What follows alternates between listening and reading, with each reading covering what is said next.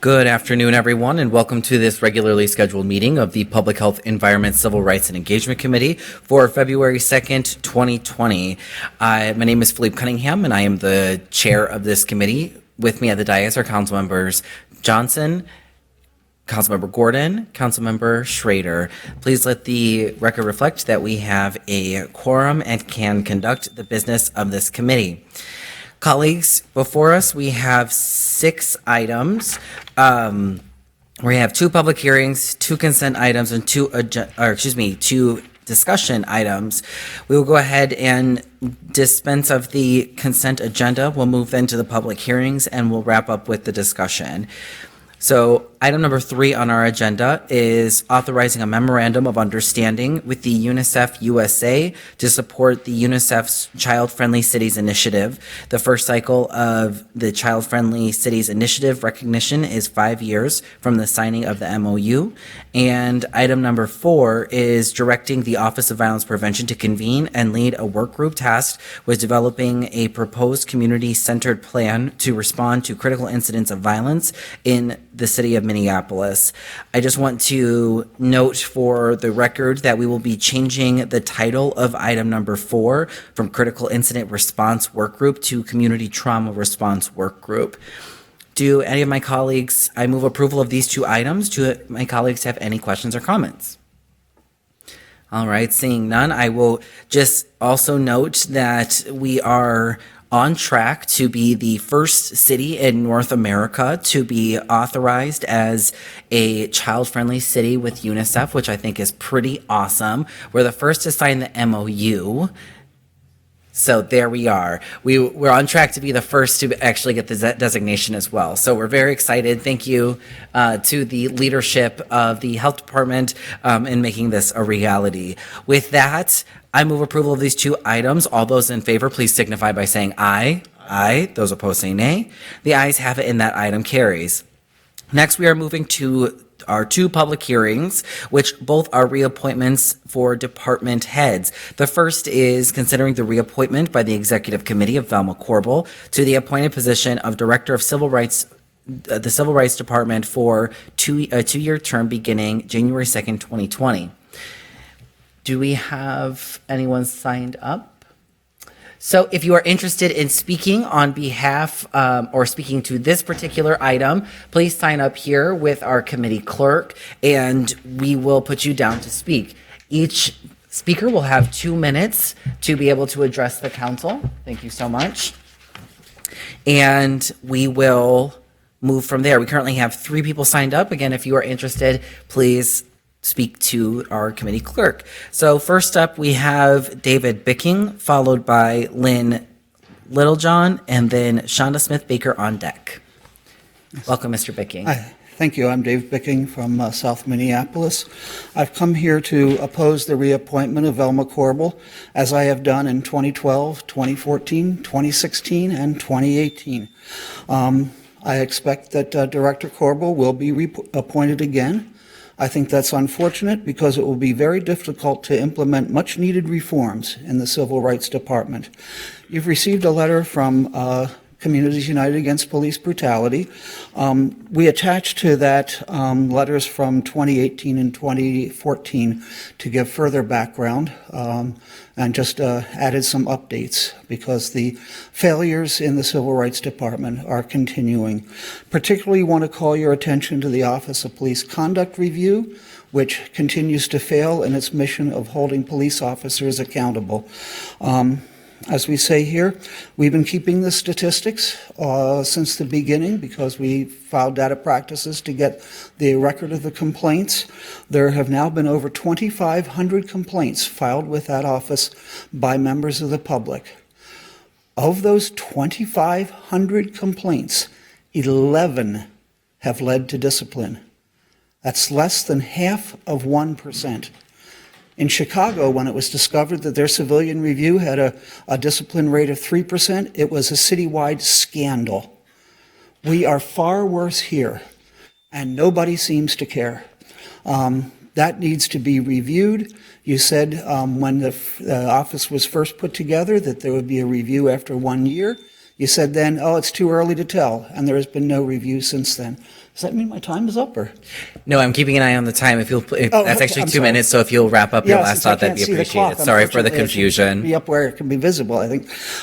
Yes, so that is one area that desperately needs reform.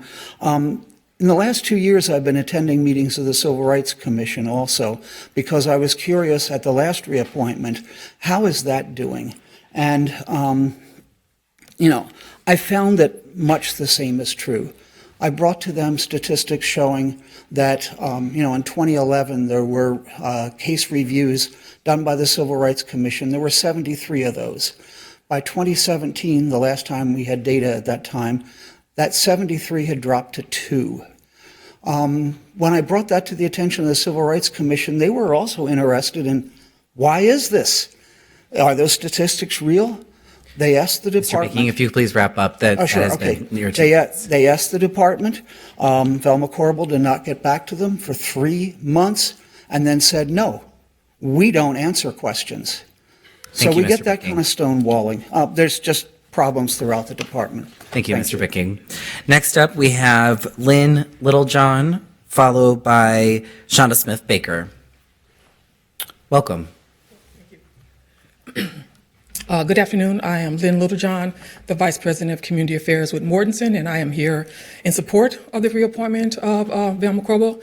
We have had a long-standing relationship with the city, a partner and a builder, and therefore have had numerous interactions with the Civil Rights Department. And I'm here to say that it is a very collaborative department that Velma has created, an environment where they are seen as a resource to the business community, not as a hammer, not as a hindrance.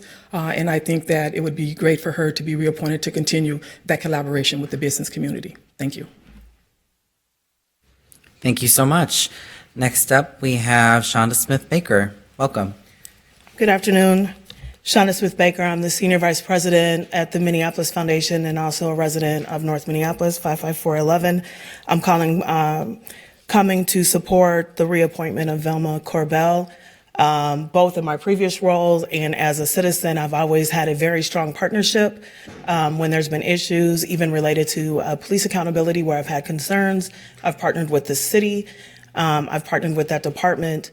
And most recently in my role at the Minneapolis Foundation, we are constantly in communication and have been working on a number of issues. I see, as Ms. Littlejohn stated, a real openness to partnering and partnership, primarily starting with areas that we might have a disagreement or where tensions might rise, where we've been able to work and have resolution.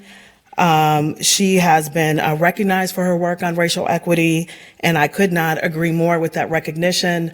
I have nothing but full support and looking forward to partnering with her in the future. Thank you. Thank you so much. Last on the list that we have is Janet Nye. If anybody is interested in speaking, please feel free to sign up with the committee clerk. Thank you. Welcome. Okay. I'm here to oppose the reappointment of Velma Corbel as head of the Minneapolis Civil Rights Commission. My focus is on the Police Conduct Oversight Commission, which is tasked with evaluating cases brought before the Office of Police Conduct Review. The PCOC is important to our justice system because it gives a way for the public to look at what's being said about police outside the stories they read in the paper, and also for them to try to obtain some justice. Over the past 4 years, I have gone to many PCOC meetings. It has helped me understand why Minneapolis has the lowest sustained rates, one of the lowest sustained rates for complaints against police officers in the U.S., and why our city has one of the worst records in disparities in jobs, housing, and education for people of color. A look at the current PCOC city website shows the systemic problems quite clearly.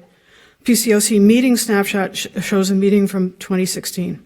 Listed under current commissioners are 2 who have resigned and 1 who's been gone for a year. The Outreach Committee has 1 person listed, as does Rules and Governance Committee. Apparently 3 resigned commissioners staff the Audit Committee. This is not to disparage our current or former commissioners who have done some excellent work on research, and some of which has never been utilized. This is disrespectful to PCOC board members and a disincentive to continue to serve on the board. Most egregious, though, is the inaccessibility of case synopses and summaries of complaints by the public. Nowhere else is this information available to the public, so that people can see what their fellow residents are experiencing in their encounters with police. Even when cases are found to have no merit, as they most often are, people deserve to know what their fellow Minneapolis residents are experiencing in their encounters with the police.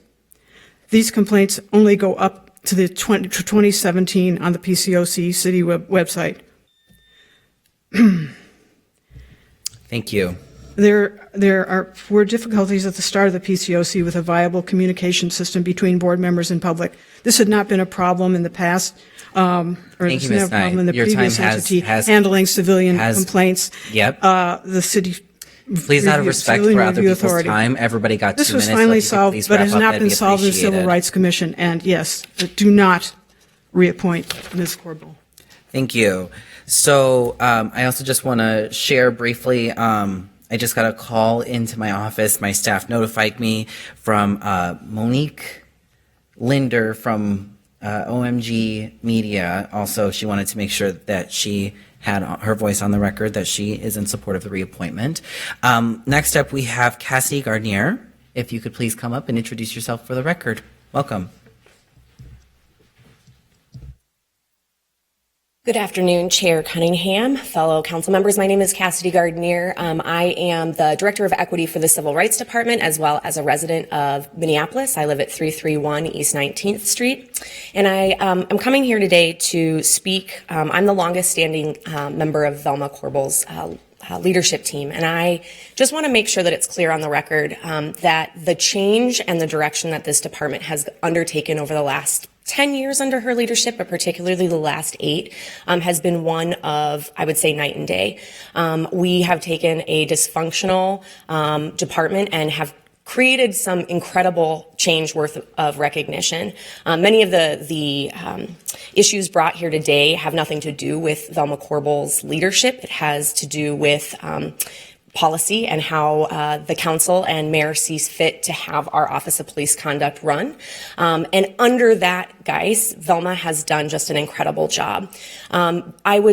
Our work is typically focused on enforcement, and my work runs within the realm of racial equity. Velma's voice is oftentimes the only department head in spaces where she is consistently bringing attention to the racial disparities that the city faces and pushing for real change. And so both as a resident and as someone who serves underneath her as an employee, I am in extreme favor of the reappointment of Director Corbel. So thank you. Thank you so much. That's helpful to have staff perspective. Is there anyone else that is interested in speaking to this item? Anyone? All right, seeing none, I will close the public hearing. Thank you, Mayor Fry, for joining us. I'll give you the floor. Thank you, Chair Cunningham and members of the peace community. I'm proud to join you today to speak in favor of Director Corbel's reappointment. If you take a moment and look back at the portfolio of work that falls under the Civil Rights Department, you'll see very quickly that it is some of the most complex work first. But second, that work has expanded quite dramatically over the last 4 years. We did not have a minimum wage ordinance. In fact, no city in the entire state had a minimum wage ordinance. We did not have a wage theft ordinance. We did not have an earn sick and safe time ordinance. And I've said repeatedly that one of the fastest ways to erode trust in government is to pass laws that you don't intend on enforcing. Thankfully, due to the work of this department, we are enforcing those laws. We are holding people to account, and I think our city is better because of it. All of these different ordinances took time. They took quite a significant amount of community engagement, and which ultimately resulted in the passage. But I'll say there's also a softer side to the work as well. There's the ability to shepherd the Urban Scholars Program citywide. And in my office, these young leaders have made really a tremendous impact on our work. And we're very proud of what they've accomplished, both here in City Hall, but most importantly, really beyond. There's 118 of them, and they're placed across 11 different partner organizations. Director Corbell was also helpful when we got our first Black Business Week started and played a huge role in ensuring that the inaugural week was a success. Supplier diversity goals, another big one. Actively engaging the business community and stakeholders to assist in the achievement of our goal to increase our supplier diversity and inclusive procurement, resulting in $13 million in contracts to women in POCI businesses. And finally, I'll just want to frame this up in terms of where the department has been, where it is now, and then ultimately where it's going.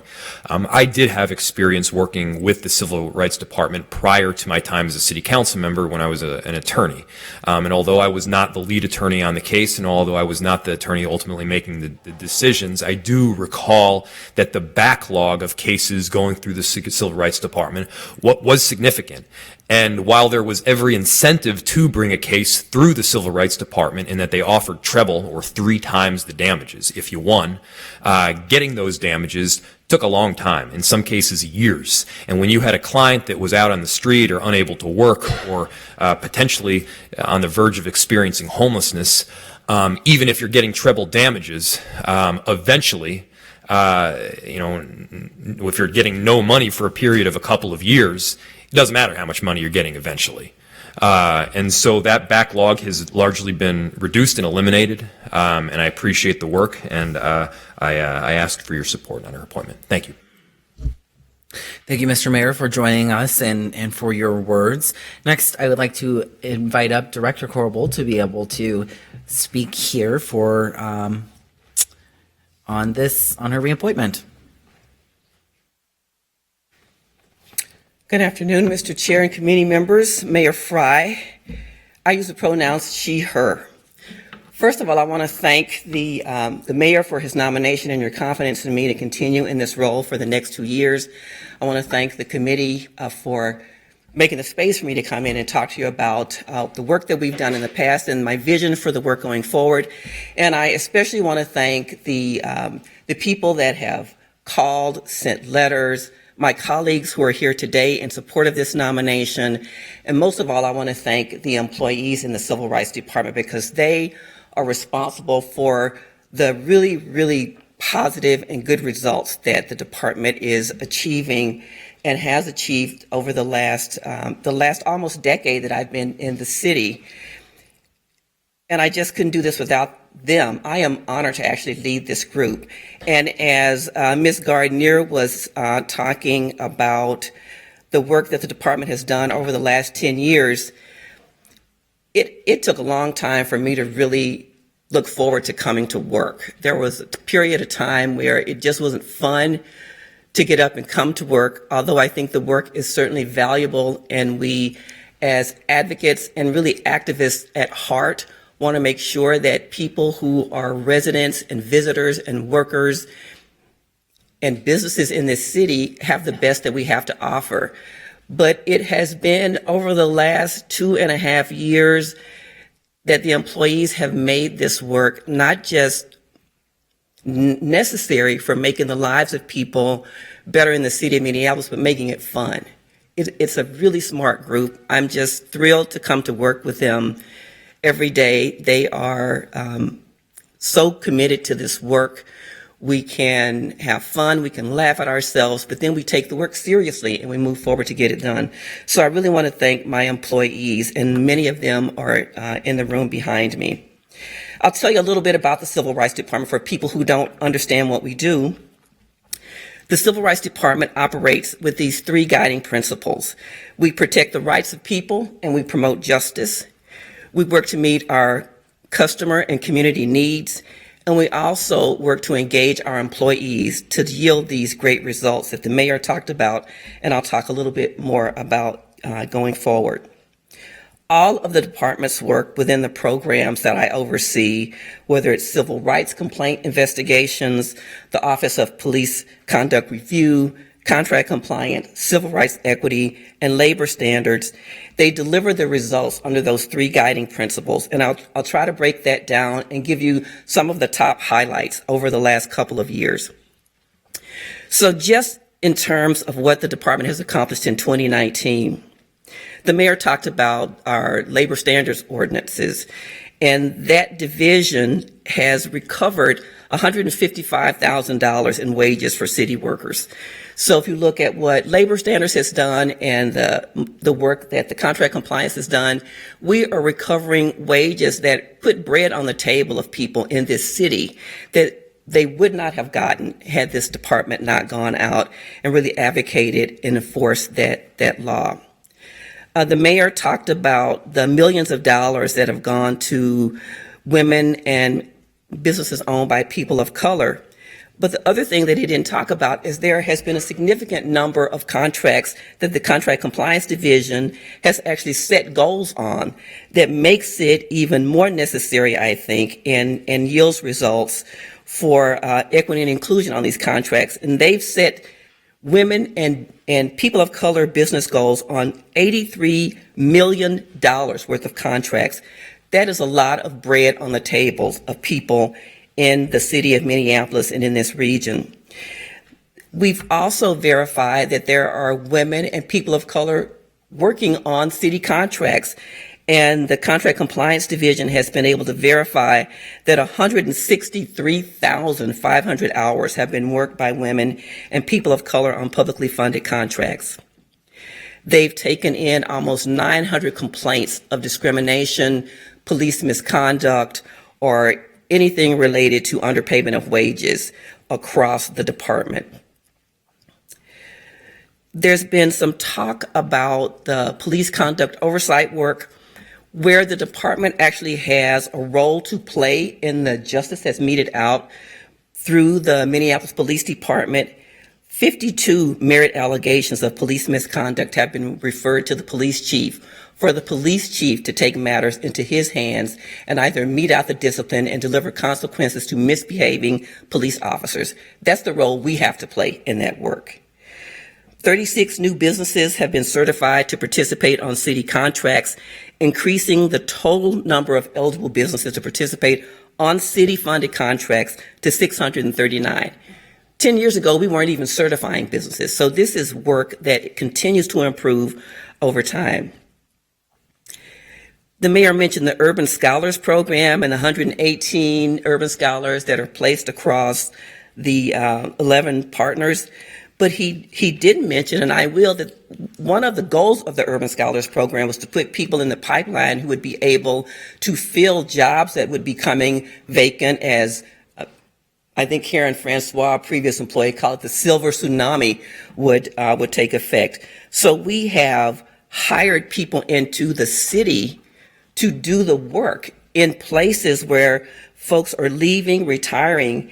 And I know right now there are at least 5 urban scholars in the city of Minneapolis who are working full-time positions in the city that have come up through that program. And probably one of the most heartwarming things for me to think about with urban scholars is that this program has been successful now for about the last 8 years. We actually have former urban scholars hiring new graduates of the Urban Scholars Program. That's a legacy that I'm very proud of. One of the other things that I'm proud of when we talk about engaging our employees within the Civil Rights Department, just in the last year, we have promoted 7 staff people. That is hard to do in a department of about 35 people, but we look for intentional ways to make sure that people's work is recognized. And as their work grows and their responsibilities grow, we work with the Human Resources Department to make sure that those people get promotions in the department where we can, but people are also being promoted into other departments in the city because we don't want to lose the talent that we've created in this city. So we try to make sure that people stay employed, that their careers keep progressing. We have supported over 1,000 hours of staff professional development in 2019.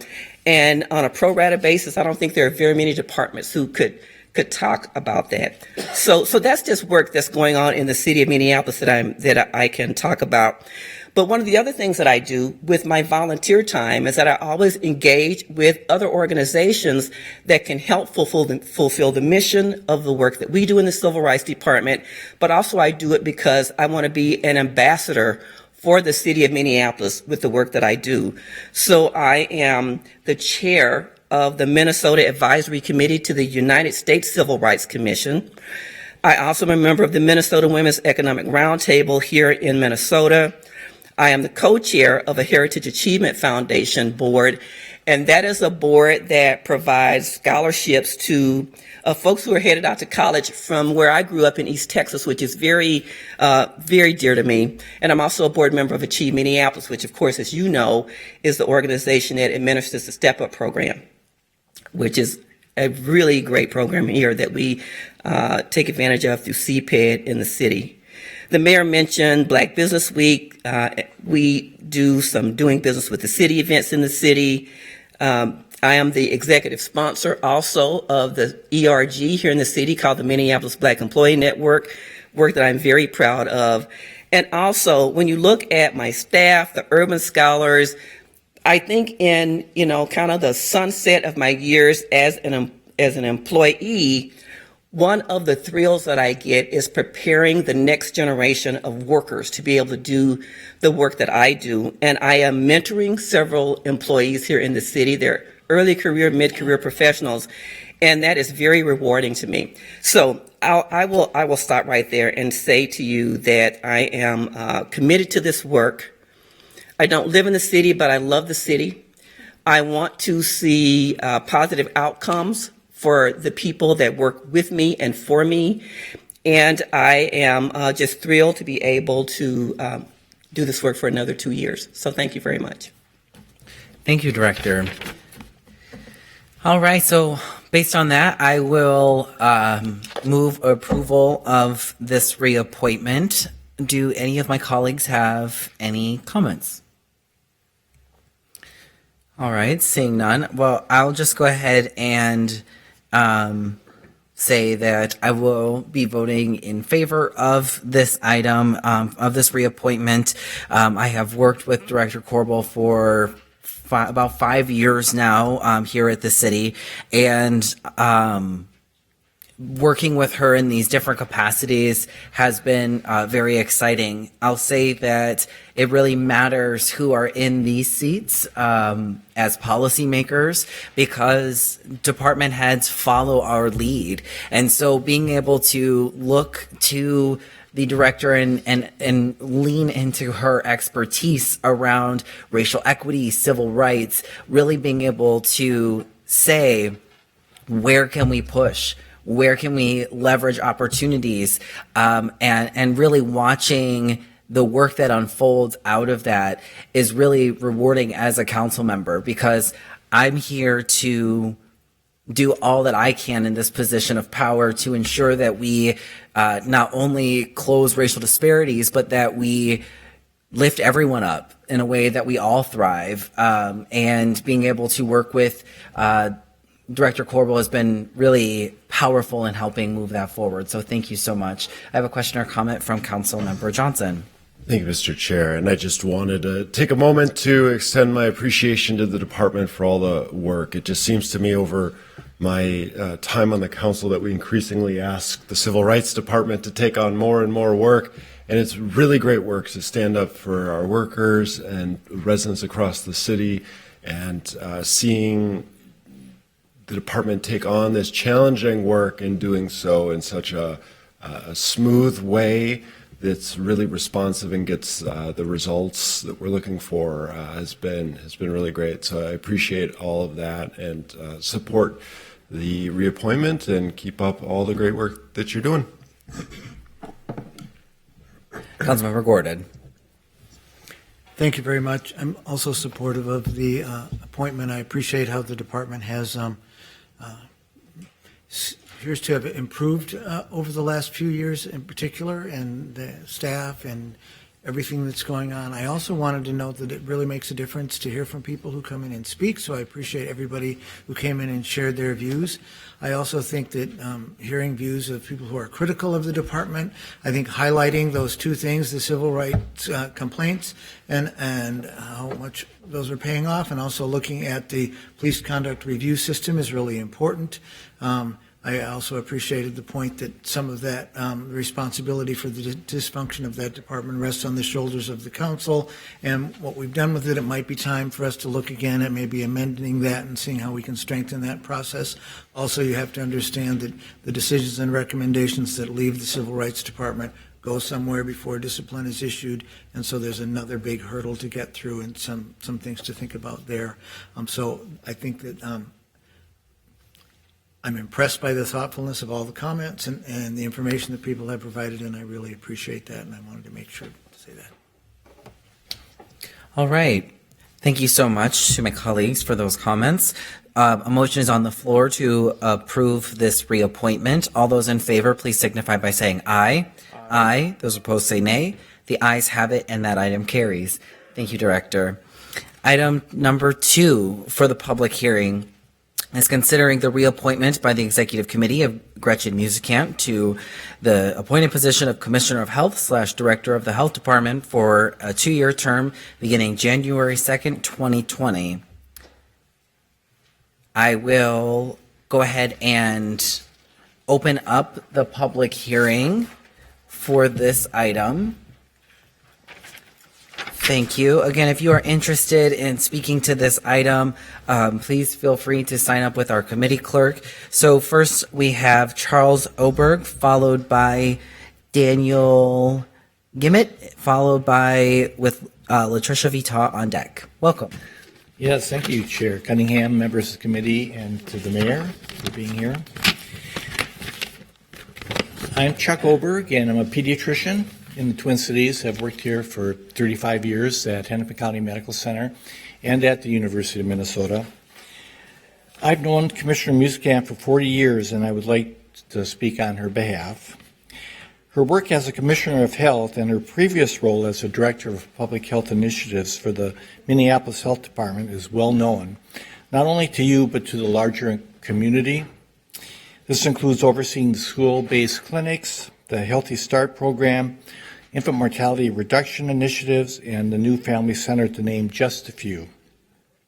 Throughout her career, she has always had the health and well-being of vulnerable adults, families, and children as her number one priority.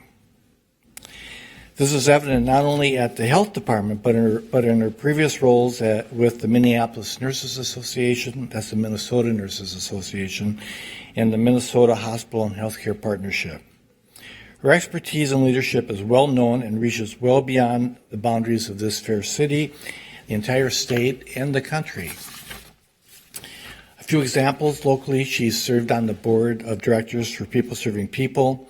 She was a co-founder for the Minnesota for Affordable Care Act that eventually led to Minnesota Care. Nationally, she's chaired the Big Cities Health Coalition, and most recently, she's actively promoting, as you mentioned previously, the UNICEF Child Friendly Cities Initiative. She has an ability to get things done. The Commissioner has my deepest respect and admiration. The City of Minneapolis and the Department of Health is in excellent hands, and I encourage you to support her reappointment. Thank you. Thank you so much. I'm actually going to pause right quick. Thank you, Mr. Ober. Or maybe Doctor? Doctor. I'm going to pause right quick because the mayor has to head out, but I want to make sure that we give him the floor to be able to speak to his reappointment. Thank you, Chair, for allowing me to speak out of turn as I have to run to the next endeavor here. But I am proud to join you all in support of the reappointment of Director Musicant to lead the Health Department.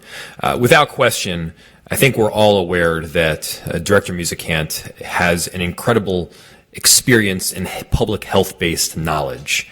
But one of the paramount reasons that I am reappointing her, and one of the main reasons that I support her, is that she really has a global view. I've had the opportunity to be in several really critical meetings with Gretchen around issues ranging from a homeless encampment to the Drake fire. And she often finds a way to pull us out of the weeds to realize the overarching mission. And that's something that not a lot of people have the talent or the ability to do. And so she's really got this innate ability to work across the enterprise and with community, and that really stems from a lot of the cultural collaboration that she inspires. A few programs that I think deserve mention. Her Lead and Healthy team has retooled and is collaborating across departments for a new preventative lead and asthma mindset.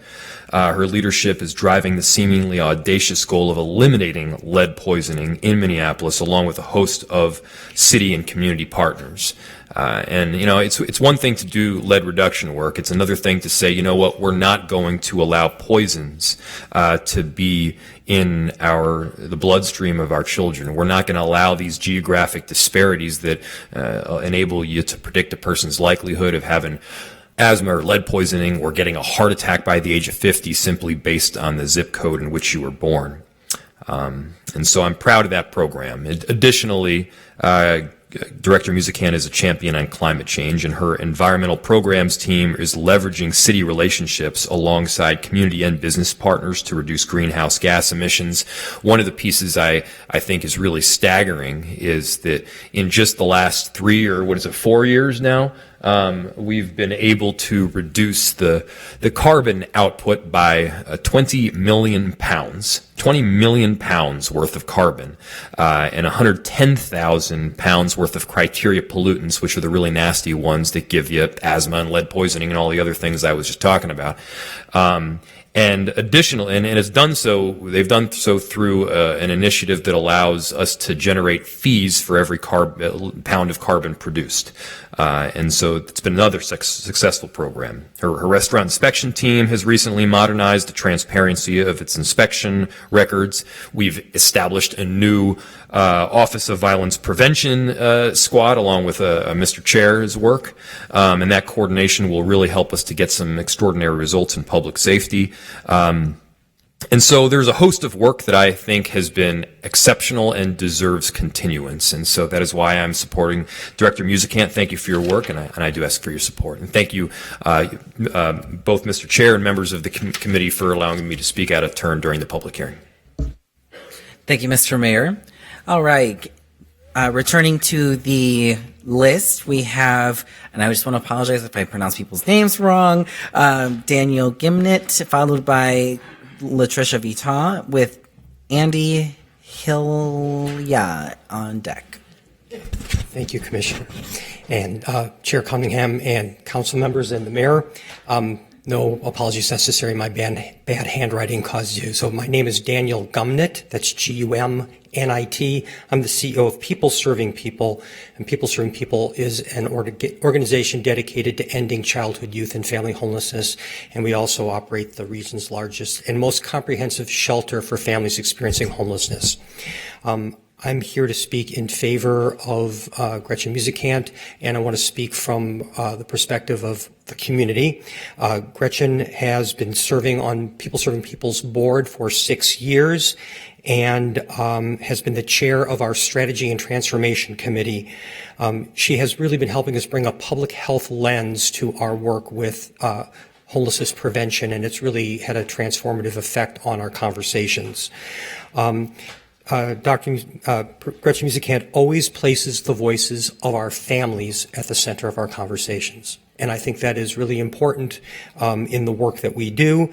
And she has a deep understanding of the impact of trauma on young children and families, and has been helping us become a much more trauma-responsive organization. She also deeply understands the connections between the predeterminants of health, like housing and health.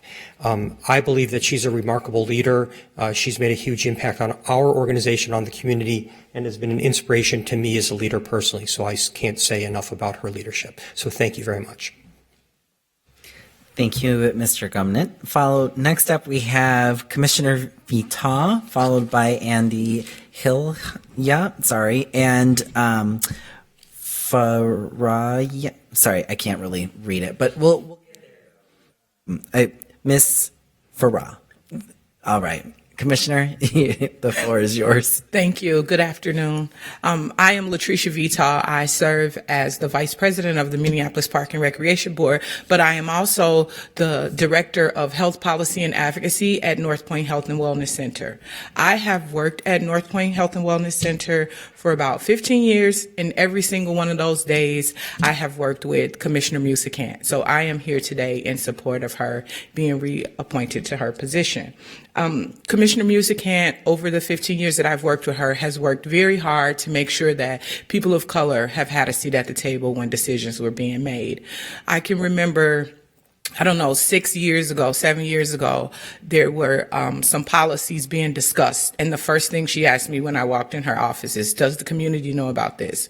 How have they been told? Has there been some type of campaign? What kind of education? I mean, every single hard question that the commissioner of health, of the public health department had to ask, I was asked in that moment. And it was all out of concern, not only for me, but it was out of concern for the city of Minneapolis, making sure that the history of communities of color with health departments does not continue to linger. She's fully aware that there is some type of tension at times between health departments and underserved communities, and she speaks to that. She's not afraid to admit those type of things. So it's been truly a blessing to work with her and her team. It's not always just her. Her team is good to work with as well. Over the 15 years, we've passed some of the boldest tobacco policies in the nation through the city of Minneapolis, and Commissioner Musicant has led us in passing a lot of those policies. I've worked with them also on early childhood development. I've worked with them on what else? Oh, so many things. I've worked with them on please support. I'm here to speak on behalf of Commissioner Musicant, and I urge you all to please reappoint her. Thank you. 2 minutes. We run a tight ship around here at City Council. I don't know how y'all do it over there. Yes. All right, next up we have Andy, followed by Farhia. I'm Cindy Hillier. Sorry about that. Oh, I'm sorry. Writing. I thought it was just a sign-in sheet, not like, a sign-in to speak sheet. So, good afternoon. I am here today to speak on behalf of the reappointment of Gretchen Musicant. It's an honor and delight for me to do so. As I said, I'm Cindy Hillier. I'm Director of Early Childhood Education with Minneapolis Public Schools.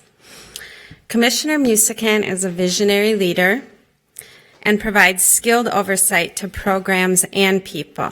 She has mastered the art of forging effective pathways in bureaucratic structures.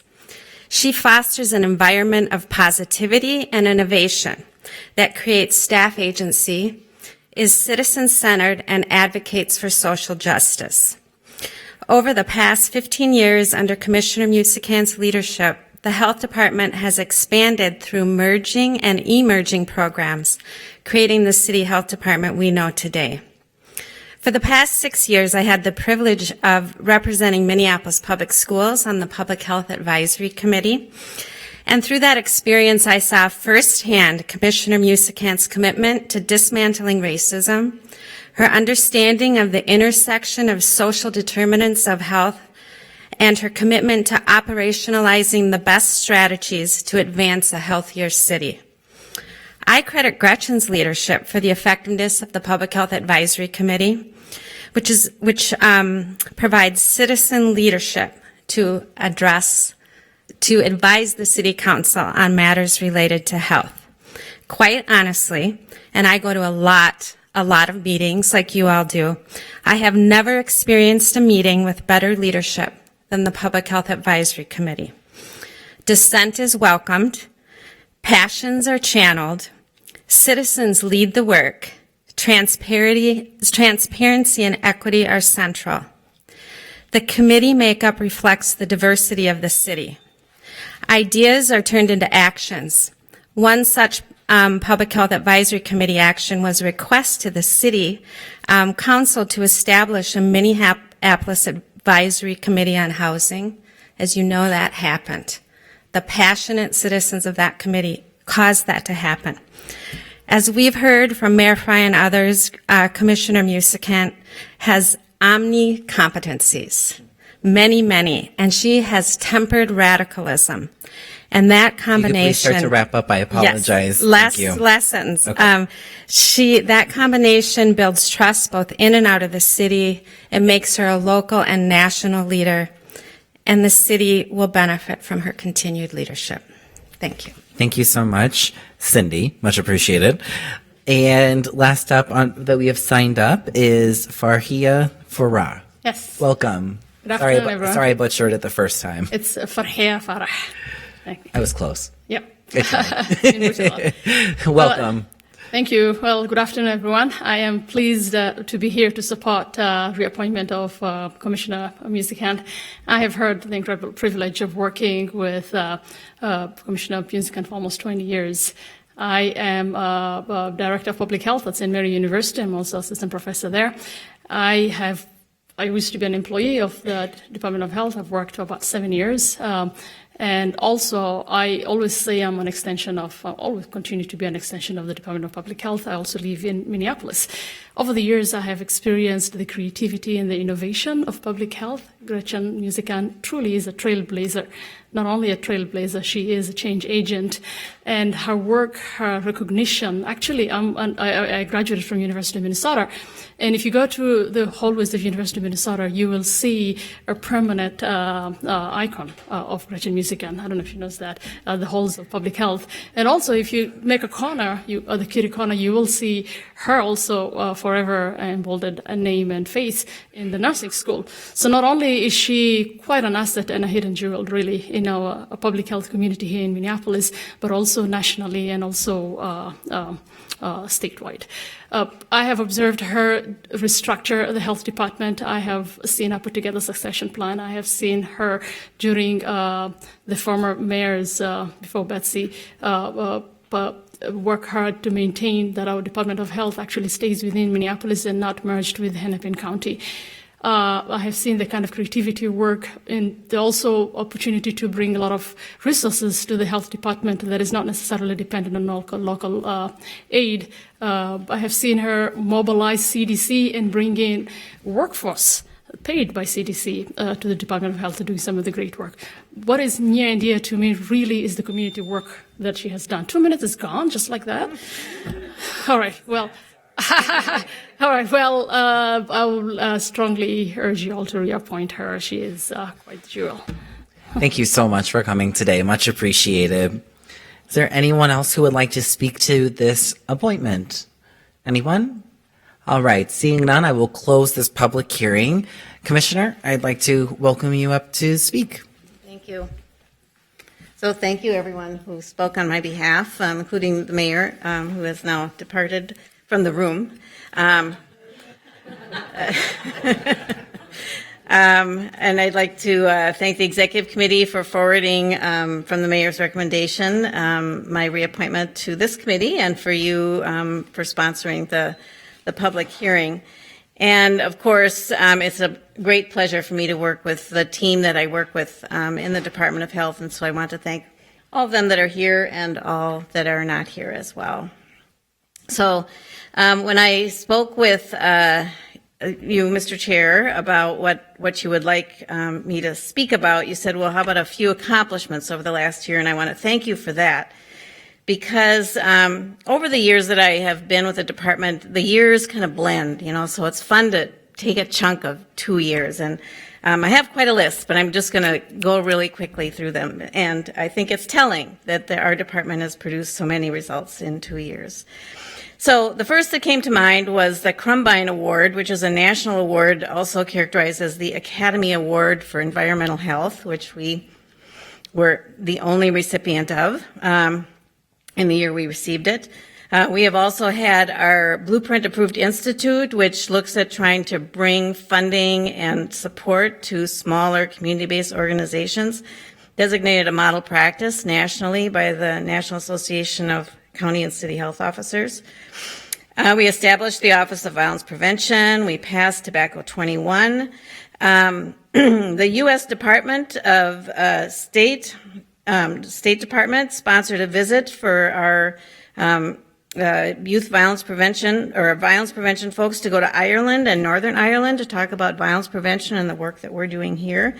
We also had a visit from Malmö, Sweden to learn about our group violence interventions. So we have international influence and also opportunities to learn from international communities in the work that we're doing. We launched our web-based health inspection lookup just at the very, very end of 2019, and we've had over 100,000 hits so far. It's one of the most popular items on the web. We have continued to grow in our effort to address climate change, including a field trip to Stockholm on biochar, which Councilmember Schroeder was a part of. We have created a new asthma program in our Healthy Homes work, and as you heard others speak about, are really leaning into a different approach to lead as well. We have really a rapid, multifaceted response to the opioid use epidemic from kind of 0 to 100 miles an hour. We have, I am the co-sponsor of the SREAP Public Safety Priority, and so we're leaning into that, which is really helping us see the need for more comprehensive youth development for our community. We have, hopefully today, become the first child-friendly city. And we have leaned into a fast-track city designation that the mayor signed by addressing HIV awareness, prevention, and stigma. We have expanded our Next Step effort into an additional hospital. We are part of leading 2 coalitions in the metro area to address mental well-being from a public health perspective, with trauma as a centerpiece. We've, as you heard last peace meeting, we've completed a strategic plan. We've responded to the encampment and the navigation center and the Drake fire, Super Bowl, Final Four, and in fact, we received a state award for our food protection work at the Super Bowl. We created a deputy commissioner, and we have completed Strength Finder for the entire department, which is helping us have an asset-based approach to the work that we do together. I bet there's more, but that's what I'm going to share with you today. The other thing that you asked me to talk about were my passions, and then I won't have quite as long a list on that. And then I just want to lean into the coming 2 years and tell you where I think we're going quickly on that. So I am a lifelong Minneapolis resident with a couple years off here and there, but really it is kind of who I am. Public health and urban communities through an equity lens is a calling of sorts for me. In our Strength Finder work, I discovered or named some strengths that were not a surprise to me. I'm strategic. Ideation, I love new ideas. I know there's a downside to that, staff. But I do love ideas. I'm grounded in belief. I'm a maximizer. I like to make the good even better. And connectedness, so I pull things together and see connections. And moving ideas to action is something I think of as an attribute of mine, and to hear some people in the audience thought so as well was really heartening.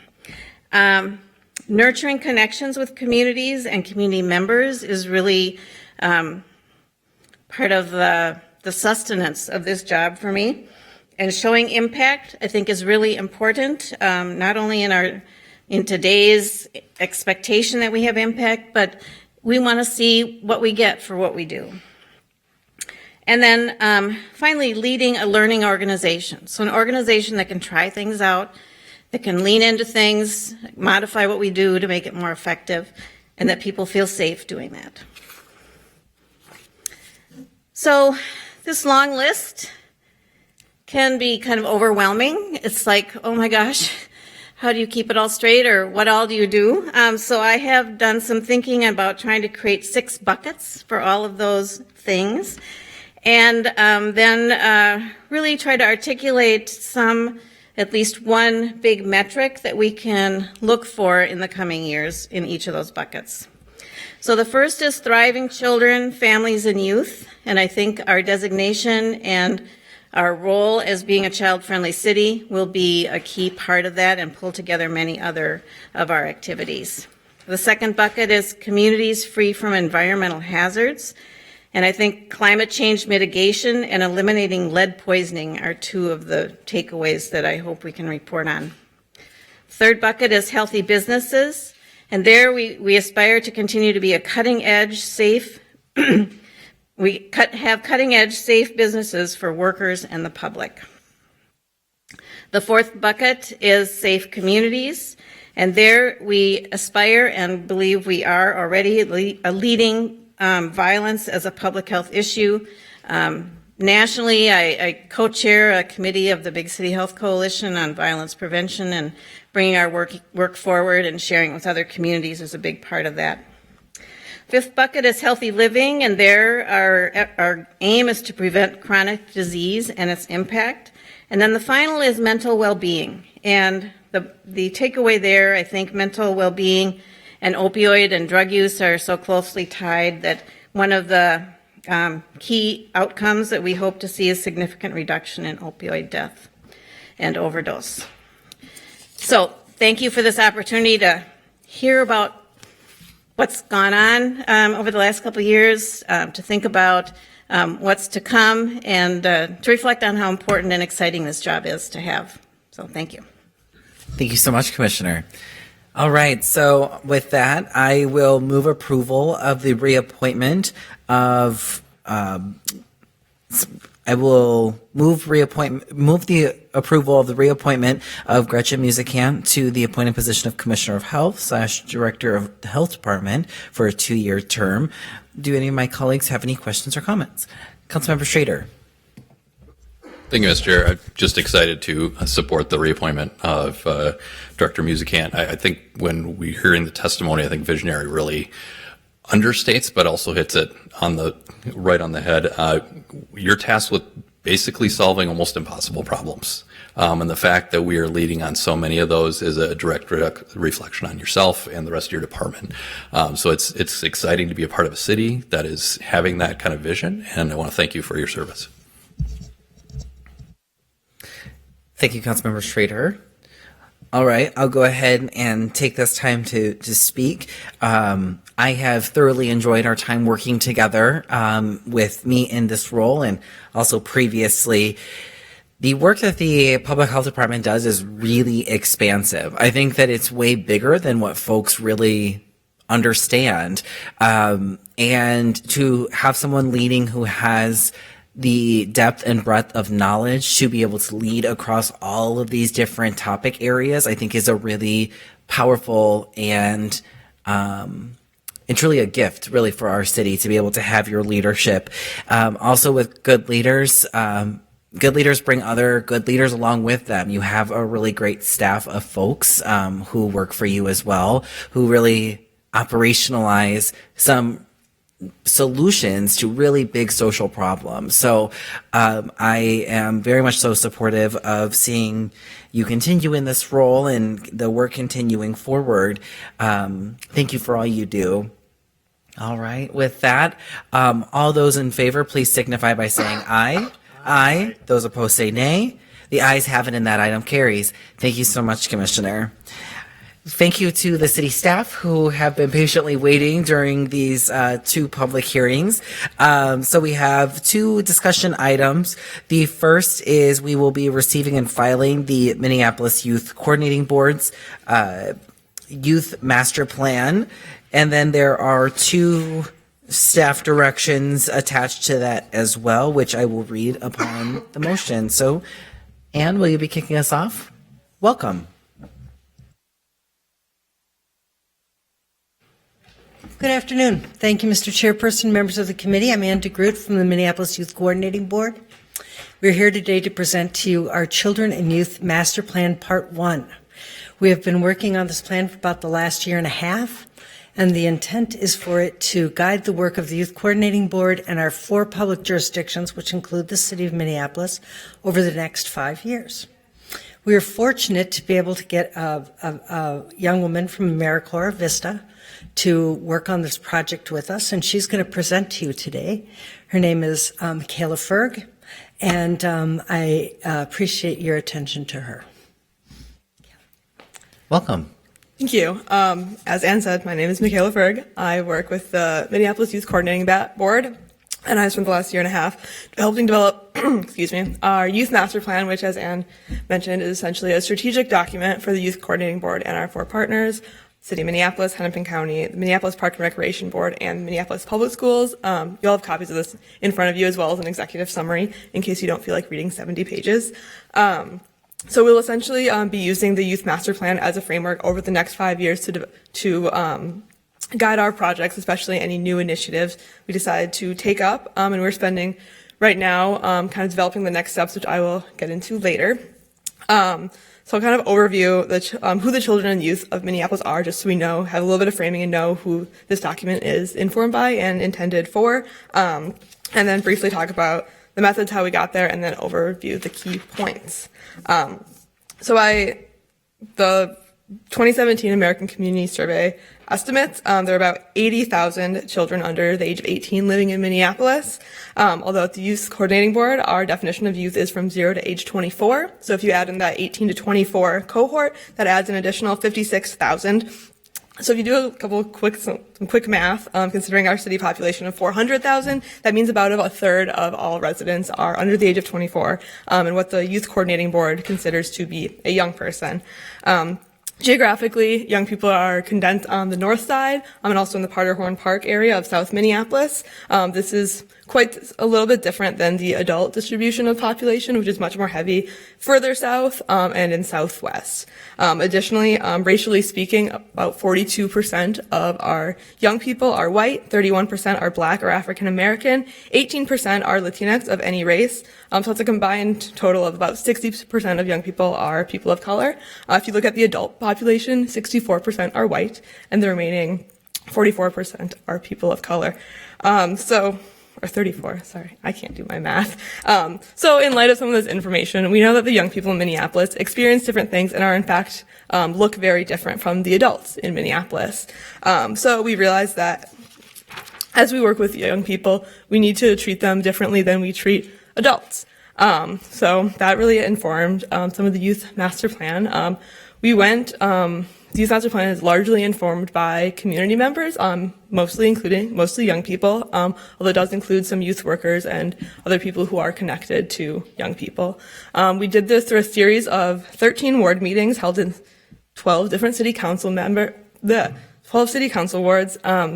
That was facilitated and attended by young people across the city. We also had other quicker engagement methods. In total, we solicited about 400 responses from different young people and community members. This all informed the Youth Master Plan you have in front of you today. This gave us 6 priority areas, which again are the buckets that we intend to structure our work, the YCB, but also our work with the city over the next 5 years. These 6 priority areas are focused on those upstream cross-cutting issues. Many of them are related and are not necessarily traditional ways we break up the buckets that we use to think about young people. So we'll start. The first one is youth agency. This really says that young people are leaders in their own spaces and must have opportunity for leadership and to work in partnership with adults. Young people really did talk about really feeling those power dynamics between young people and adults in the community, and wanting to continue to build out their knowledge and leadership within the community. The second priority area is culturally responsive approaches. It recognizes the meaningfulness of one's culture, which is based in either race, ethnicity, age, socioeconomic status, what have you. Young people, this is where that kind of racial mismatch between young people and adults really comes into play. A lot of young people did mention that a lot of the adults in their communities and community leaders didn't really look like them and also didn't really reflect some of their experiences. And they wanted to at least have that increase of diversity, of equity, and togetherness across communities. Our third priority is gender and sexuality inclusivity. which recognizes the meaningfulness of gender and sexual orientation to one's identity, and also prioritizes the safety of people of multiple genders and sexual orientations. Young people mostly talk about this in terms of safety, especially for female, transgender, and queer young people. They also talked about the need for more inclusive sex education. The fourth priority is social connection. As humans, we're incredibly social beings, and young people are no exception to this. Young people really do need those caring, supportive relationships in their lives, but this also includes not only those person-to-person relationships, it also includes social capital. So thinking on that neighborhood level of like, what are the connections that we have, who has opportunities and access to what within their communities. So young people really talked about being better connected with people in their communities and express interest in community building within their neighborhoods. The fifth priority is supportive systems, which really talks about those large-scale systems and institutions that exist, some operated by the city, some operated by our other partners, but certainly all things that young people experience at some point or another in their lives in Minneapolis, and experiencing, and the supportive systems really calls for those systems to be to promote youth development rather than hinder it, as some systems do currently. Some systems, as we all know, like do breed harm within our community, and young people know that and feel that and wish to change that. Some of the ones they called out specifically were school system, the built environment of their communities and having more activities and community amenities where they felt welcome and safe, and then also climate change, whether it's in terms of transportation, reducing waste, or teaching climate change more broadly to the public.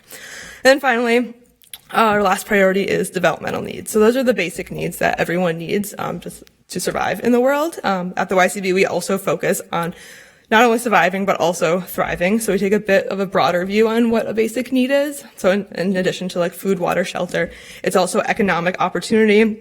It's healthcare. It is feeling safe. So a lot of people, young people echoed those and talked about basic needs in a very broad sense. So that's a very long list. Thank you for staying attentive throughout that whole spiel. Those are our 6 priorities. As I said, it's going to hopefully guide the work of at the YCB and also our partnership with the city for the next 5 years. So working together, these all really outline like what young people and children need in Minneapolis in order to be contributing citizens and leaders in their communities. Our work for this current year is to continue working with these 6 priority areas, develop some action items and strategies with the YCB and also with our partners to advance these and make some traction on them over the next 5 years. And we're also working on, we got a lot of qualitative information to kind of inform all of this. We're working on filling in some of that with more quantitative information and data that we are working on gathering. So yeah, with that, I can conclude. Great, thank you. It's a lot of work went into this. I was excited and grateful to be able to be present and of support in the Ward 4 youth meeting to be able to gather feedback on this. And it's, as a former youth worker, as I've said many a times at this point, I really am grateful for this work. It really is so comprehensive and really having the connection with the various agencies and partners. This really will help pull all of those various bodies together to think comprehensively about how are we addressing youth needs. Great, thank you. Do I have any questions or comments from my colleagues? Councilmember Gordon. Yeah, I appreciate this coming forward too. Maybe you could tell us a little bit about what the other jurisdictions are doing with this at this point. And I'm very interested in taking this opportunity to have the city weigh in and be supportive. I'll also let my colleagues up here know that the youth cabinet has been working on this and looking at this and working with the youth, serving you all on the youth coordinating board too. I know that the certainly the school board members, but also park board members have had input and involvement in this, as well as folks from the county. So where are we in terms of everybody kind of weighing in on this? Yes. The YCB's board approved this document back in October. We have since then been trying to take it to each of our partner jurisdictions in governing bodies for receive and file and possible staff directions in this case. The Hennepin County Board and the Minneapolis Public School Board both received and filed this back in December, and obviously I'm presenting to the council today. And then later this week, we'll be presenting this to the Recreation Committee of the Park and Recreation Board. Excellent. Well, I appreciate that, and I'm happy to move to receive and file it and also move the staff direction, which is asking our staff through the Youth Cabinet to review the alignment with our goals and our policies and look at what we can do to help support and implement the recommendations. And you can read the full staff direction if you want in front of you. Sure. Thank you for that motion. We actually have two staff directions. So I'll read those both out. No, that's okay. So the motion is to receive and file the Youth Coordinating Board's Youth Master Plan Part 1. And so 5.2 is directing the Health Commissioner to work with the Director of the Youth Coordinating Board to assist with Youth Master Plan implementation and use to help guide the city's work with young people over the next 5 years. And the last item within this is directing the Minneapolis Youth Cabinet to review the youth master plan's alignment with existing city and department policies, procedures, and goals, and other plans in order to offer support to the plan, identify relevant recommendations for the city to implement, including but not limited to procedure change and piloting new trainings and initiatives, support the implementation of recommended action items, including but not limited to technical assistance, implementing action items with appropriate department staff, and continuous implementation support, and participate in the evaluation of implemented recommendations and the plan as a whole in cooperation with the Youth Coordinating Board.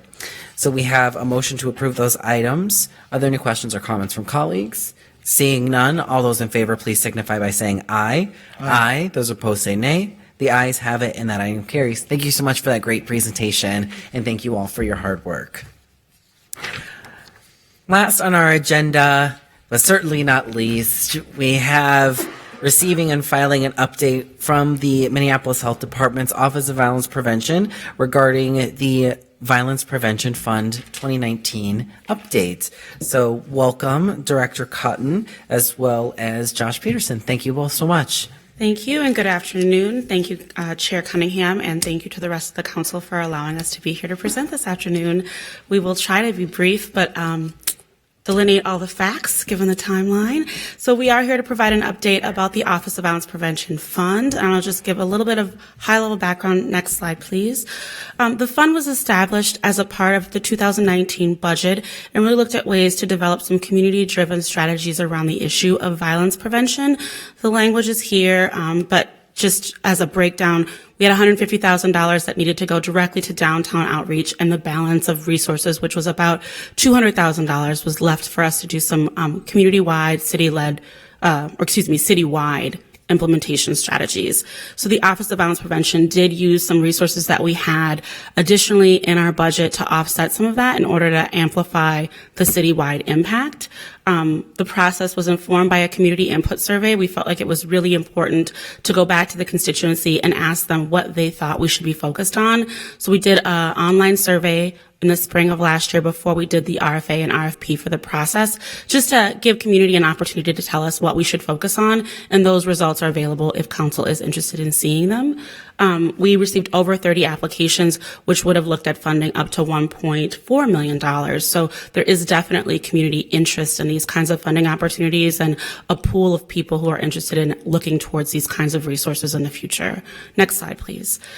This slide captures the agencies who we ultimately did fund. We had the Minneapolis Mad Dads, Green Minneapolis, the Minneapolis Peace Builders Leadership Institute, who you'll hear from shortly, the Camden Promise, Juxtaposition, the Banyan Community Organization, Hennepin Theater Trust, the Lake Street Coalition, as well as St. Stephen's and Art as My Weapon. So a wide swath of organizations doing lots of different kinds of work. 4 downtown and 6 citywide programs were funded. And these are a list of some of the kinds of activities that we were focused on. So through the Violence Prevention Fund, we looked at community building, space activation, youth skill training, youth-led programming, leadership development, street outreach, strategies for trauma awareness and resilience training, race and restorative justice talks, partnership development across organizations and systems, particularly within MPD and our county partners. We also looked at community meals, resource referral, and more. So again, a wide range of things that we tried to capture within the OVP fund, knowing that lots of different public health approaches ultimately lead to a reduction in violence. And so across the city, this map just delineates the locations where funds were allocated. As you can see, it was pretty comprehensively across the city and really focused on the areas where we know we have the greatest needs in South, North, and downtown Minneapolis. Again, just another pinned map showing exactly where each of the locations either did activation or is their location where they're housed. And so measuring the impact, we felt like this year more than ever, it was really important for us to capture data and make sure that we're being data driven. In public health, that is a huge priority for us. And so we did create an evaluation template for all of the agencies to complete so that we could gather information about the outcomes and what people were able to do with the resources that we allocated. But we also wanted to be mindful of not getting so rigid with the evaluation that people couldn't tell the story of the work. We know that in one-to-one work with communities, it's so important to be able to lift up those experiences that people have and the difference that the work is making. So our evaluation, which was attached to our RCA, if people want to see the specifics of what was asked of the grantees, but the information that was captured looked both at diverse strategies, so the how, the who, the what, the storytelling aspects of the evaluation process, as well as some more quantitative information, so number of people served and some input and output data. And I have another slide here that gives us some critical information about what we were actually able to deliver on output. So there were over 100 events that came out of the OVP fund, and most of them happened over the course of the summer. So if you think of a 3 or 4 month period of time, 100 events is really monumentous. It's a lot of work that our agencies put into putting together activities and outreach engagement to ensure that communities and constituencies were uplifting the issue of violence prevention and really intervening in those communities most impacted. There were over 7,000 people who were engaged through programming. Again, a really large number for a short period of time. So we feel really good about the number of people touched by the fund in the first year, and we look forward to touching even more people in 2020. Over 5,000, almost 6,000 meals were served. So some of our agencies really focused on the intersection of the highly mobile and homeless communities or those who are not able to access meals as a tool to pull in a vulnerable community. We know that our homeless population is often really heavily hit by violence, and we want to make sure that we're looking at those root causes of violence. 44 stipends for youth. As y'all know, we grew out of the youth violence prevention work in the health department. And so it's very important that this work continues to really focus on youth development and lifting that up as a priority in violence prevention. And we know that youth employment really gets to that issue of both putting money in the pockets of young people who are vulnerable, but also giving them the skills that they need to go on and be successful in life. 150 hours of resource referral and outreach. Again, outreach is a key part of the way that we do this work. And so lifting up the number of hours that people are out there actually engaged in outreach is really important. And resource referral, so making that connection. We don't want people to just get that touch point through outreach, but we want to make sure we're connecting them to brick and mortar organizations where they can receive ongoing services. 1,600 outreach contacts. So that's the number of people actually served, again, through outreach. And that speaks volumes to the agents that we were able to fund, that they're touching people and places at the right amount of time and that they're able to get their hands on a good number of folks in the city. And then lastly, 160 partnerships between Minneapolis organizations. And I think that that is really important as a public health department and thinking about violence prevention. Connecting those who are doing the work is such an important part of the way that we can serve this community as a technical assistance provider and as a convener. I think that the power of any city government is ultimately linked to the way that they can convene stakeholders. And so that's an important part part of how we measure what we were able to do. Next slide, please. So I just wanted to give a quick overview of the agencies that were served and some of the work that they were able to do. The Banyan community really focused on engaging with Black Club leaders. We know how important our Black Club leaders are and their relationship to our local police department as well as to the community in lifting up the issue of violence prevention. And that was really what they honed in on, was gathering those two entities, MPD and Black Club leaders, and making sure that they were bridging the gap and talking to each other on a regular basis. Green Minneapolis convened dialogues and did 3 events around the issue of youth violence prevention. Next slide, please. Juxta, a familiar organization to most of us engaging young people through the arts, did some really important work both along the Broadway corridor and in the Falwell neighborhood around youth engagement and art.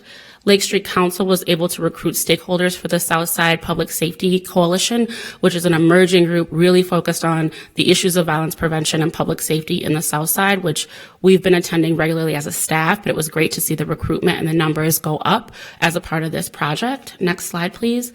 The Camden Promise did some amazing work. I was able to engage with them on a very regular basis, deep on the north side, really focusing on that intersection of the highly mobile and young people, so they kind of bridge the gap between homelessness, highly mobile, and youth employment, which is a really interesting and dynamic way to think about this. And then St. Stephen's, again, a familiar face, but doing incredible work around the issue of homelessness, particularly in the downtown community. Next slide. So at this time, I am pleased to be able to bring up a couple of the recipients of funding so that they can talk about the impact of their work and what they got out of this process. At this time, I would like to welcome Ms. Nikki McComb, the Executive Director of Art is My Weapon, to talk about the funding and the grant opportunity that she received through the Office of Violence Prevention Fund. Welcome, Ms. McComb. Hello, good afternoon. It is afternoon, right? Yes, it is. So, art is my weapon. Can't really be condensed in small minutes, 2 minutes, so hopefully I won't get a buzz. Nobody. Anyways, art is my weapon was able to bring together young people in the community that have either been affected by violence or maybe have been on the other side of violence. So we brought shooters with victims. We brought together people that had been involved in crimes that were on the news, that your community saw on the news. And we brought them together to help them to understand how traumatic something like that can be, one upon the other. So through 5 workshops, each a week long, we were able to bring some kids from county homeschool in one workshop, some kids from the street, some kids that were homeless, some kids that had just been shot, some kids that had just shot, together with other adults and families of victims of violent crimes, primarily gun crimes. And so we did workshops where the beginning of the workshop was storytelling and tell a story, learn a story. And all of these stories were traumatic and not happy at first, but when people were able to sit down and use their minds and their hands to build something that was representative of either how they felt when they committed a crime or how they felt when they lost a loved one, they were able to come together and share stories and not really realize and understand that they can share the same spaces and learn something at the same time. So this bench, I'm sure, is here because it is the lightest of all the benches. Most of them are, the rest of them you can't do that. Most of them are upwards of 300 to 500 to 700 pounds. And one is actually built from parts of this building. But this one in particular is, it was actually built by almost everyone that came into the 5 weeks. So they all had a hand on it. But the most important kid that I will not forget is a kid that we got sent to us through the link who had been a victim of gun violence, and his girlfriend was also a victim of gun violence. And when he was younger, he shot somebody. So he was on both sides, and he was able to tell his story, and he didn't have anywhere to live. So he was going back and forth between the link and some of their services and me and our biggest partner, which was Chicago Fire Arts, Heather Doyle, who's leading over there. I introduced them, and she taught him how to do everything from these are things that I did not learn, so naming them is a little difficult. But forging and blacksmithing and what you see here. And he did this all by himself, and he actually stayed maybe 6 or 7 hours longer each session so that he could earn more money, so that he could find somewhere to go that night. Because we would go and try to find him shelter, and you just can't get a kid shelter unless you take him home. So we had to take different measures to have him work, and he learned a skill, and now he can go there and work whenever she needs him because she's given him the skill. So this particular bench right here, if you look at it, the springs on the front are actual inner workings of weapons that were collected in a 2016 gun buyback in partnership with the city of Minneapolis and the police department. And I had probably 100 pieces left, so I was able to execute this project with those pieces. This one has the least amount of gun parts on it, but each bench has different gun parts on it that these young people and these family members sat down and crafted and developed and designed themselves. And this particular bench, the seat of the bench was in what the young people said, chaos in the city, and that's how they wanted the seat to look, was a chaotic thing. But when you rise up to the top of the bench, you see the wings that will allow locks to be placed on the bench by family members who have lost someone to gun violence, similar to the locks of love in France. There are 2 of these benches. One is this one, and the other one is an owl. It was designed as an owl. There's locks here that Sasha has in her office for people to be able to place the locks. Right now they'll be indoors because they need to be treated to be outdoors, but we're working to get some of these benches placed where anyone can go and put a lock on the bench, wherever they are in the city. So that's my story, and I'm sticking to it. Thank you so much. It's really amazing work. Next, we would like to have someone come up from the Hennepin Theater Trust. This is Karen Q-Rose, who will talk a little bit about the grant funding that they received and what they were able to do and accomplish. Welcome. Thank you. It's a pleasure to speak to you today. We were space activations, community meals, and resource referrals.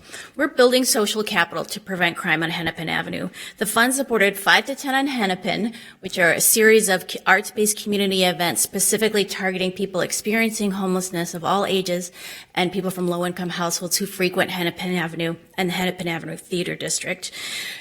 When you go there, we have a mobile stage out at a parking lot that we rent out at 5th and Hennepin, which is a crime hotspot, which becomes this great community gathering space. Kids are on stage from Culture Club Collaborative, which is an arts-based program serving youth experiencing homelessness, along with social practice artists, along with up-and-coming artists doing music and dance and spoken word.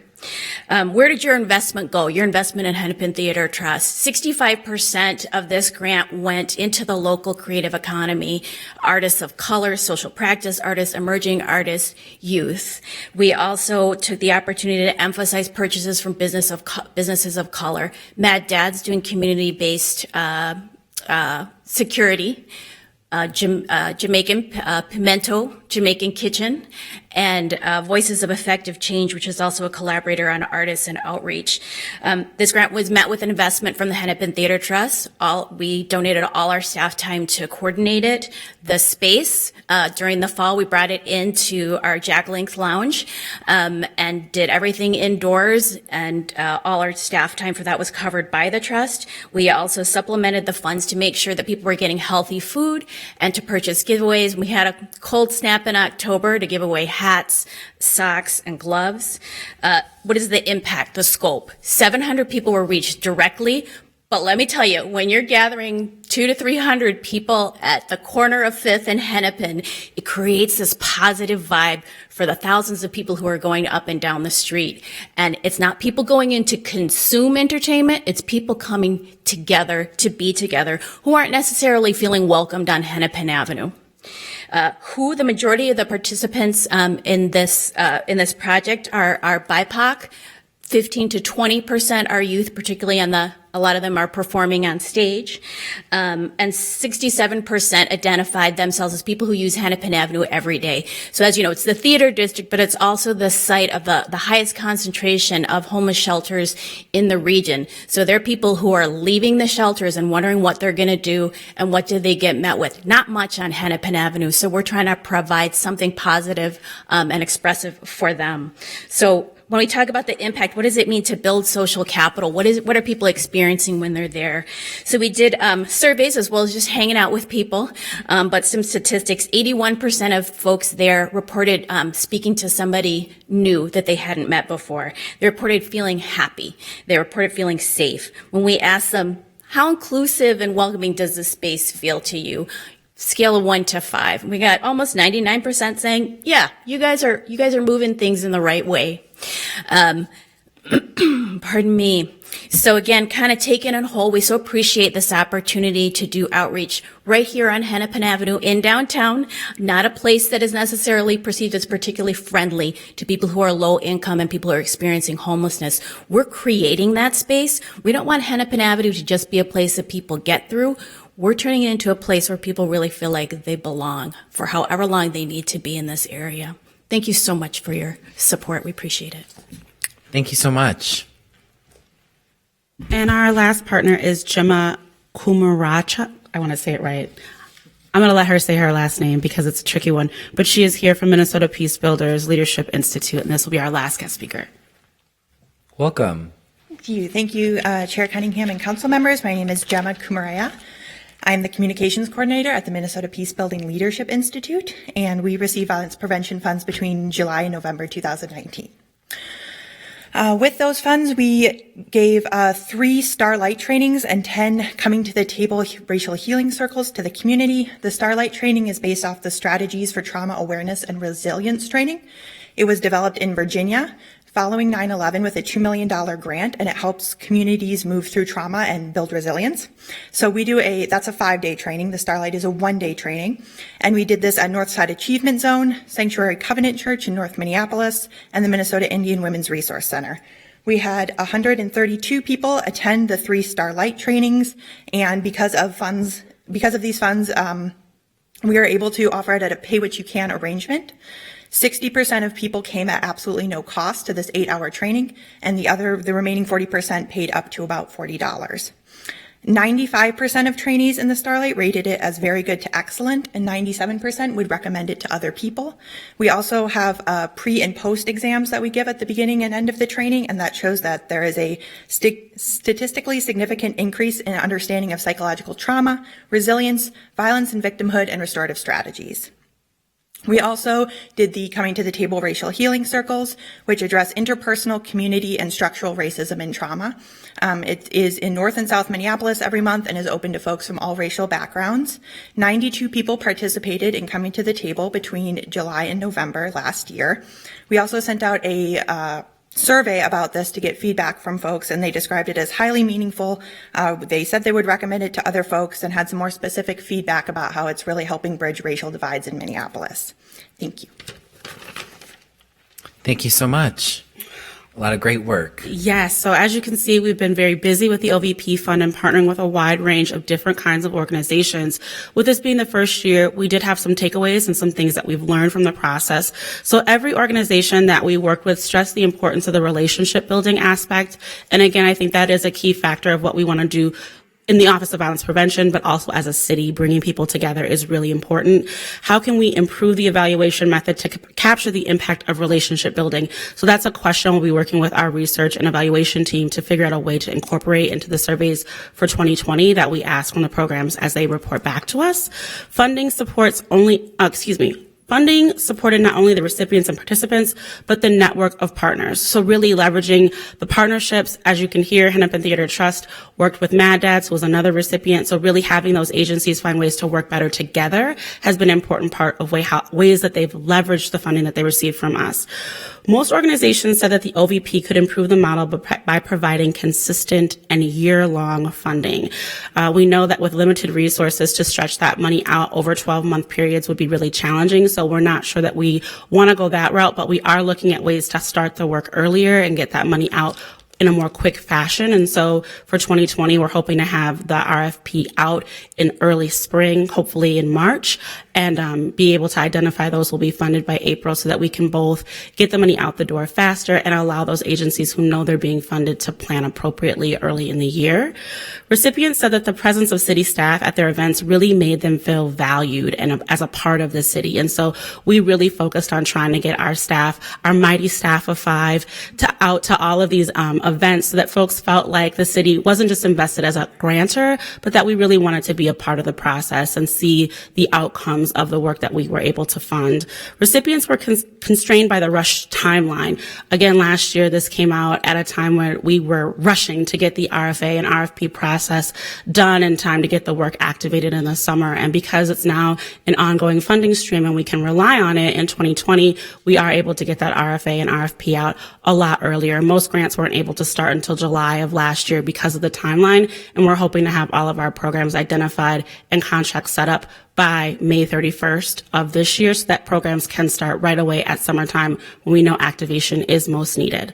The last piece was the capacity and training for recipients. And so one of the things that we've talked about is our Blueprint Approved Institute, which is focused on capacity building and what we've seen come out as a model practice of that work. But we know that even organizations that are receiving funds from the Office of Violence Prevention Fund, which is a larger pot of money, and ideally agencies that have more skill sets, we still as a city feel obligated to look at ways to build their capacity and help them to do bigger and better work, not only connecting the dots between each other, but how can we elevate those who received $10,000 to be in better positions to apply for $25,000, and for those who got $25,000 allocations to go on to apply for $50,000 allocations, and so on and so on. So one of the things we want to be intentional about with this next round of funding is looking at ways to build the capacity of the agencies that are working with us through specific trainings and also one-to-one service with some professionals who focus on technical assistance to really help not only give them funds, but grow the capacity of their organization to do even more strategic work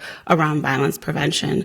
And with that, I will close my segment, and I'm happy to take any questions or to bring our guests back up to the podium for any questions you might have. Great. Thank you, Director Cotton. Are there any questions or comments from my colleagues? I have a question. So, I have an understanding about the connection of prevention in terms of why relationships matter or why understanding trauma matters. Can you explain to the public how does folks learning about trauma or folks coming together to build relationships or the kind of work that was really funded, inclusive spaces, building a sense of belonging, how does that prevent violence? Can you explain that to folks? Absolutely. So I think one of the easiest ways to talk about this in real layman's term is that hurt people hurt people. And so we know that when people have experienced trauma, when they've been victims of violence, when they grow up in communities where violence is very prevalent, that ongoing trauma makes them more vulnerable to being a perpetrator or a victim of violence. And so getting out in front of that, creating violent-free social environments for young people is one of our key goal areas of our blueprint and will continue to be a key part of the way we do the work in the office because we do want to focus on those at greatest risks. Just like a public health approach to thinking about immunization for, say, the flu. We know that usually when flu vaccines are being rationed or when there's a shortage, we focus on those who have the greatest risk for being infected, which is usually the elderly or infants or people with asthma. And we want to think about our dosage for violence prevention in that same way. We want to focus on communities that are deeply impacted by violence and help build their resiliency for being involved with violence in the future. And a big part of that is addressing underlying trauma and building connections between people because we know people are far less likely to hurt people when they know one another and feel deeply connected to their community. We also know when they feel healthy themselves, they're far less likely to be involved with violence. And when we're speaking of health, we're talking about mental and physical health, but also really that issue of trauma. And unresolved trauma can often look and imitate mental health, but when we address it right away, it won't evolve in that same way. And so that's why that's such an important part of this and all of the work we do in the Office of Violence Prevention. Thank you. Councilmember Gordon. Yeah, I really appreciate all this work and hearing more about it. I'm struck by that beautiful bench and what a message that might project, and I guess other art as well. And I'm wondering if there's anything we can do to make sure it's located in an appropriate place. It almost seems like that in some cases, the more people that could see it and the more that it's in the public. And you even talked about being able to put locks on this, for example, and maybe it makes more sense with that kind of bench that it be indoors or anything like that. I'm sure that getting something in City Hall must have lots of hoops to get through, or even in the new service center must be challenging or difficult. But maybe in a library or somewhere else, is there something you think we could do to help nudge decision makers? Absolutely. Thank you for that question, Councilmember Cunningham, or Councilmember Gordon. It is difficult to find the right public spaces for these kinds of benches because we are talking about an issue that unfortunately is still so very taboo and does hit hard for a lot of people. We're talking about the issue of gun violence with these benches, and sometimes people get a little gun shy, to use a little bit of tongue-in-cheek language, about having a bench that's really focused on people who have been victims and giving them space to commemorate the lives of the people that they've lost. And so we could certainly use the help and support of the council in identifying some of those public spaces with our partner in jurisdictions such as parks, county, and even right here in the city to identify some public spaces where the benches could be placed. We have some places in mind, but as we think about jurisdictional partnership, it would be great to have the confidence of the city council in identifying those places. Just to follow up, do we need the Arts Commission to approve a location, or CPED's public art Both person? Both CPED and our Arts Commission locally in the city are important decision makers in where these benches could go within our city infrastructure. And so, yes, convening some conversations with them to help identify some locations would be very, very helpful. Thank you. Thank you. This is really helpful. I do have a question that I often hear from folks who maybe aren't fully invested in the violence prevention, the public health approach to public safety. So is this just hand-holding and coddling folks who are perpetrating crime? Can you tell us more about how this is different from that? Absolutely. Thank you for the question, Chair Cunningham. This is absolutely not about writing free get out of jail tickets or even looking at ways to minimize the impact of violence. We are really taking a stand in the office and saying that violence is an unacceptable thing in Minneapolis and across our state and country. But we really have to look at the root causes. And we know that it is not just about bad people and that people are not the sum total of the bad choices that they make. We cannot just throw our people away, but there has to be accountability. There has to be compassionate accountability. So we have to look at the totality of what has happened to a person and try to use risk and protective factors to get out in front of that problem. We work in deep partnership with our police department and with probation in Hennepin County and other stakeholders in the Department of Corrections to really look at ways that we can make those systems work in a way that is restorative, but we need those systems. So in no way are we looking to replace law enforcement or say that this is an either or dynamic between our partners in law enforcement or other criminal justice systems. We are really saying, how can we, as an Office of Violence Prevention, think about the preventative strategies in public health that help people not ever get involved in those systems? And for those people who have been involved, how do we mitigate the challenges that being in those systems might create so that they don't go back? And then how do we make those systems work as well as they can so that when people go through them, they come out in a way that they won't be inclined to commit new offenses? So it is in no way a replacement for our public safety initiatives across the city and the county. It really is to add value and additional value to those systems and to be a good partner on the front end.